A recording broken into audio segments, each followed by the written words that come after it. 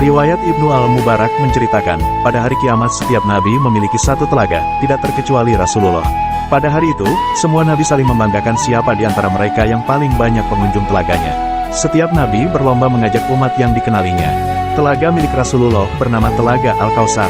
Anas ibnu Malik mengatakan Rasulullah sempat menundukkan kepalanya, lalu beliau mengangkat kepalanya sembari tersenyum. Mereka bertanya kepada beliau, "Mengapa engkau tersenyum ya Rasulullah?" Lalu Rasulullah menjawab, "Sesungguhnya barusan telah diturunkan kepadaku suatu surat Al-Kautsar."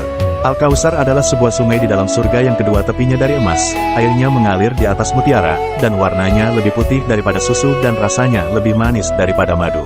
Siapapun yang meminumnya tidak akan merasa haus lagi selamanya. Dari Abu Tayyah, dia menuturkan, "Aku pernah bertanya kepada Abdurrahman bin Hanbasi, apa yang dilakukan Rasulullah pada malam ketika beliau diserang setan?" Dia menjawab, "Pada malam itu setan-setan datang dari lembah dan turun dari bukit untuk menyerang Rasulullah. Di antara mereka terdapat setan yang membawa nyala api untuk membakar wajah beliau. Lalu Jibril turun dan berkata, 'Wahai Muhammad, ucapkanlah.' Beliau lantas bertanya, 'Apa yang harus aku ucapkan?' Maka Jibril menerangkan, 'Ucapkanlah olehmu.' Lalu Abdurrahman mengatakan, 'Maka api mereka padam dan Allah pun membinasakan mereka.'